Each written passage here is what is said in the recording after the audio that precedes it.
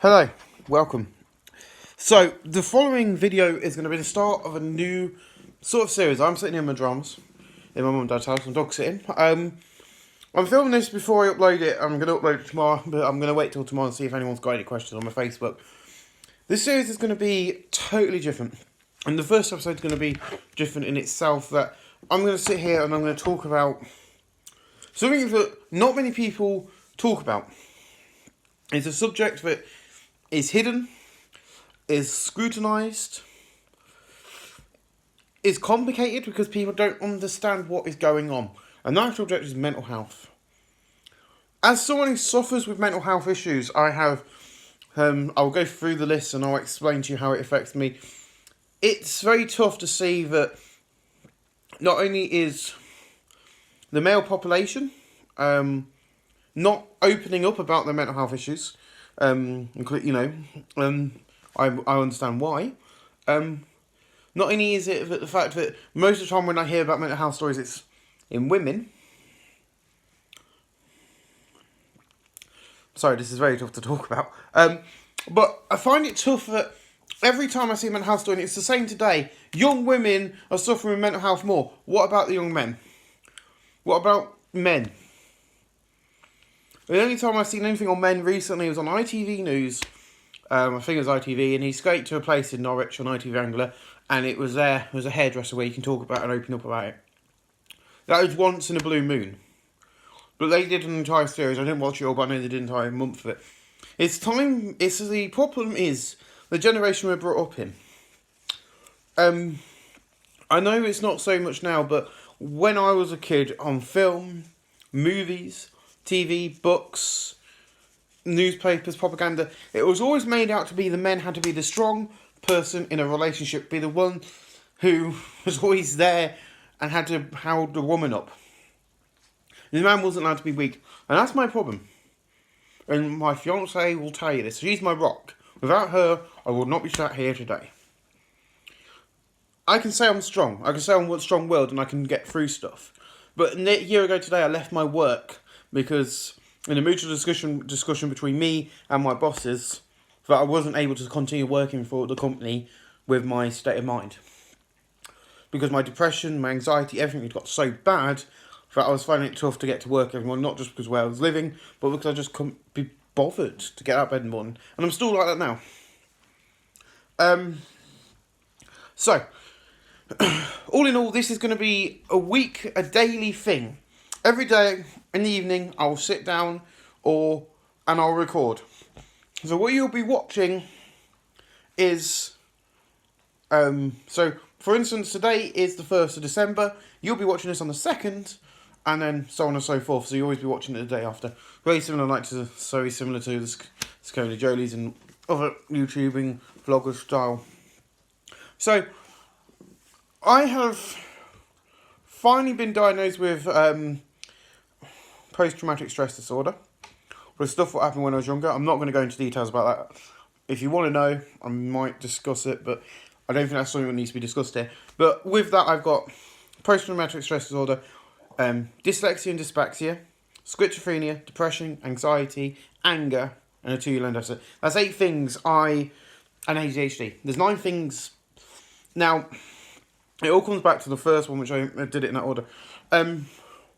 So, my post-traumatic stress disorder is quite difficult. Now, I don't really talk about it much, but I have a very weird dream where I hear voices and people screaming and arguing at night, and it keeps me awake.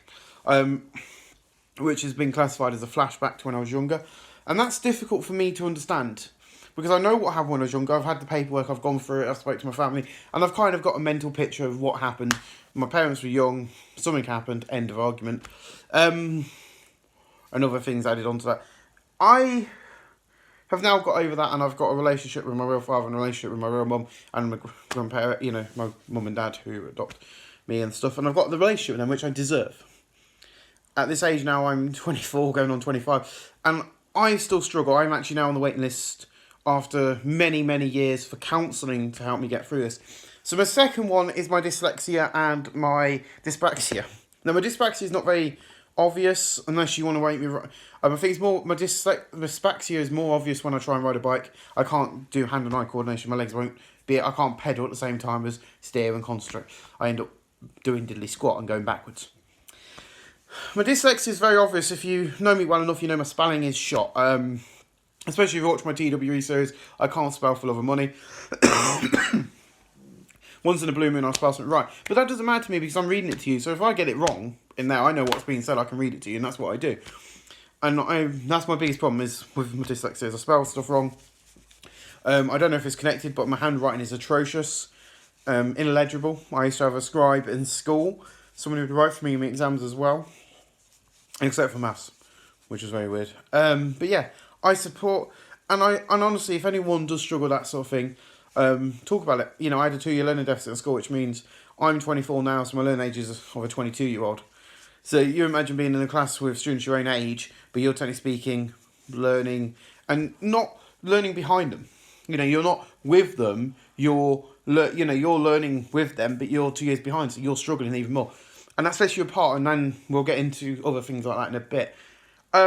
So, post-traumatic stress disorder, dyslexic, dyspraxia, anxiety. We're going to anxiety. Anxiety is a tough one to talk about. Now, I struggle more when I go to places like London and big cities and crowds. I struggle with crowds of people. I do the shopping. I will do it with Gemma quite happily. But my term of shopping is get in and get out. I can't stand being in crowds of people. I will walk around a town centre and stuff, but I'm always on edge because I don't know what's going to happen. I'm always paying attention to people around me who I shouldn't really be paying attention to. And I think if anyone noticed that, they would probably be creeped out. But yeah, I can't, you know, if, for instance, when we went to London Zoo over a year ago now, I had all the times written out and everything, so I knew what was going on, I knew what tubes we needed to be on and stuff like that. But they cancelled the train I booked tickets for. So someone with anxiety who's booked a train, he's got everything planned, that sent me through a loophole. I was over the edge and it sent me through a loophole. My depression is one of my worst, because my depression and anger are connected. So I can go through good days and bad days. At the moment, I'm going for quite a lot of bad times because I've been ill and stuff, but I honestly just feel low all the time at the moment. It's very difficult for me to be able to do anything. I've got a few jobs to do here with Dad, and I'm having to do them in stages. I've had to do a little bit tonight, a little bit tomorrow, because I, of course, haven't got the energy to do anything. And that's not me being horrible to people I love and adore, but it's just like I haven't got the energy to do it. And it's not just because I've been ill, it's the fact that my depression kicks in and I'm just feeling like, what's the point? What's the point of doing anything because no one respects what you do or gives a shit? And, you know, and I think a lot of it's come down to, and I think Gemma can say this, during the first year or so of my relationship with her, I've been with her for 5 years and coming on Thursday, which is 6th of December. 6th of December, yeah, Thursday. 5 years, jeez. But I was very untrustworthy. I thought she was cheating on me quite a lot of the time, and I will admit that. Now I trust her to the world and back, and I know she wouldn't do anything like that, and I joke about it now. But, you know, the amount of girls who have cheated on me or lied to me, and I just didn't have that anxiety had kicked, you know, anxiety and depression all kicked in to one big loop, and, you know, it made me very hard to trust her, but I do trust her now, and she's adorable, but, you know, she's my little hero. But that all comes into anger. When I get really low and really bad, anything can trigger my anger off, and I can just suddenly be sitting here quite happily now like this, and then next thing you know, I could be throwing a stick in a brick and punching a wall. And it's very tough to go through all that. The same with my ADHD. I have ADHD concentration. So if I'm not interested in what you're talking about, you might as well just shut up, because I will switch off and start doing something random and fiddling, because I couldn't give a shit. That is my biggest problem with that. And I think my worst, the one I haven't mentioned, my 2-year learning deficit, as I said, but my schizophrenia. This is the one which really kills me to talk about, and this is going to be the toughest one. That's why I left it last of all. Now, some people suffer with this, and it's constant. It's always there. With me, it's not. It comes and goes as it pleases. But the worst times is it comes worse when I'm trying to go to bed to sleep, and it is literally like someone screaming in my ear constantly. It is literally like someone stood here screaming in your ear hole. And I know people don't understand that, and I know people understand it, but if you've got someone standing in your ear hole screaming at you, telling you no good and you want to go and kill yourself, sometimes you're going to feel like you want to go and kill yourself. And that is my biggest problem. At least at the moment, I'm having suicidal thoughts daily because of it. There has been times where I felt like going through with it, but I haven't, because I just think about my cats, my pets, the 2 dogs I've got here, my family, And I kind of go, I can't do this, can't go through it. And then you still got this person in your ear screaming. And it's even worse when you're trying to get to sleep at night and you want to go to sleep, but you can't because you feel you've got someone screaming in your ear and you can't do anything about it. And I think that's the hardest thing for me to talk about is my schizophrenia, because for years, the doctors, I told my mum and dad about this when I was 6, and I do know about this when I told them when I was about 6. I had the fear of someone's following me around, of course. But the best way to describe it, I felt like someone was watching me, and because the doctor asked me, have you seen this person? I just said yes, and I probably shouldn't have done, but I had seen like a person who was tall and black, and they said, what did he look like? I can't go, oh, I saw a tall and black person, which I still see to this day. I struggle to sleep in a dark room at night because of this, because I'm terrified. Obviously, I know this thing isn't real, but you're laying there in a pitch black room, and then you see a shadow, which is a shadow person. I know that there's paranormal shadow persons, but I know it's not real. It's a figment of my imagination, which I'm making real. Standing there, and it's actually darker than the dark, and I know that sounds weird, but it is, and it terrifies me. Now, I don't know if that's the thing screaming in my face, because I have 16 different people. I have constant people screaming in my ear all the time, and it can be a man, it can be a woman, it can be a little girl, it can be a little boy, it can be a numerous of things, it can be all of them at the same time. And you try and sleep with that, or you try and get through a day like that. And some days I just feel like kicking everything to the curb and just going, I give the fuck up. And I don't care if it's not monetized. I'm going to be honest with you. And it's tough for me to speak about, because all through my life, wherever I've gone, school, colleges, I have been bullied. I was heavily bullied in school. I was heavily bullied through my entire high school, because of not just because of that, because of my weight. My high school used to call me Bubbles, after the Little Britain character, and I did suffer immensely for it. I was always very hard to control, because you bully me, I kick off anger, but I will never, ever, when I'm angry, hit someone. I will go out of a room and calm down and scream into a pillow and chuck my teddy bears. Oh, God. So, I've got 20%. Hey, I'm nearly finished. And that's what's going to happen. Over the course of the weeks I do this, and it's probably going to go on for quite a while, I am going to document each of my days. And I'm going to list everything I'm struggling with. So, I'm going to go into today.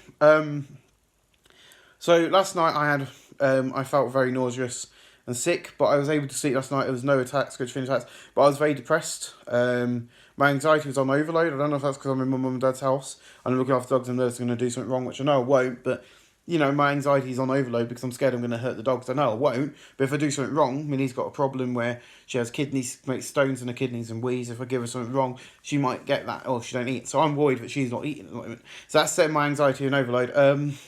I was meant to do some stuff in the bar. I did it eventually about 6 o'clock. So I did it in the dark in the bar for Dad. But I haven't hoovered yet. I still need to hoover. But that took me a lot of pressure to do it. My recordings for YouTube, my TW series, I've kind of got WWF done. But I had to keep stopping because I hadn't got the energy to do it after being ill. That was just the point of that. But I'm struggling at the moment. I've had a very bad suicidal day. I think my suicidal thoughts have been on overload today, and I'm really not happy about it. I'm really worried about if I'm gonna be able to cope, but at least tomorrow my fiance has got time off, so she's gonna come and take me out, even though I'm looking after the dogs, but I'm gonna go out for a couple of hours, go home and see my other pets, my cats and my Poppy, and that should hurt. I've got these two which is keeping me under control. But apart from that, I'm gonna hopefully get some sleep again tonight. I've had a few schizophrenia voices throughout the day, telling me to kill myself and stuff, so I've had to deal with that, but I've been able to shut them out by playing my training game and stuff, and I've got the thing, and now this is what I want people to understand is, this is not just going to be me sitting here rabbling on about what I'm suffering. So, if you've got schizophrenia voices, and you really want, and if you don't want to go on the tablets, don't. Okay, tablets are not just going to cover it up. What you want to do is you want to find something that gets your mind off it. Whether that be me with wrestling and recording YouTube videos, playing Transport Fever, Project Classical, whatever you like to enjoy to do that, because it will take your mind off what's going on in here. Believe me, trust me, it'll take your mind off what's going on here, and it will put your mind at rest. Now, I'm not going to upload this till tomorrow. I'm going to see if anyone's got any questions. If you watch this video and you find it and it's been shared around, come and join us, because I want this to be a discussion for everybody. Whether you're a man or woman, I know that I've said that men don't open up enough, and it is true. Join me. Because I'm going to explain to you, if I have a depression attack, I'm going to explain to you how I dealt with that. I'm going to explain to you how I deal with the schizophrenia. I'm going to tell you, my suicide thoughts is the same as I said earlier. As I think about my family, I think about the people who I care about most. and what they would do if I killed myself. And that's what you need to do. You need to force these things into the back of your mind and put what you want to think about up front. And all I'm thinking about now is Thursday, 5 years with German. That's what's on my head at the moment. Yeah, I'm anxiety because I've got 2 dogs. One of them's I've got medical problems, and I need to put that in my mind. But that's at the back of my mind. I'm just thinking I'm doing a good job at the moment. She's happy. She's asleep. She's had fuss. She's had cuddles. She's had food. She's had walks. So that's what's happened today. Tomorrow's another day. I'm hoping to get the the rest of the jobs done for Dad. Hopefully get the washing up done and stuff. What else is it? I'm also going to go out to Showingham to go to Tesco's.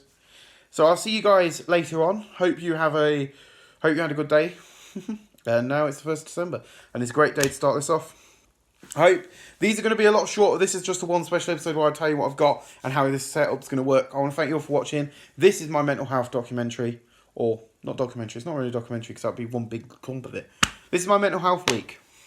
I'm going to make you aware of mental health and what's going on in here. Ladies and gentlemen, I thank you all for watching, and I hope you've enjoyed this and hope this helps you throughout the course of the next few months and weeks and God knows years.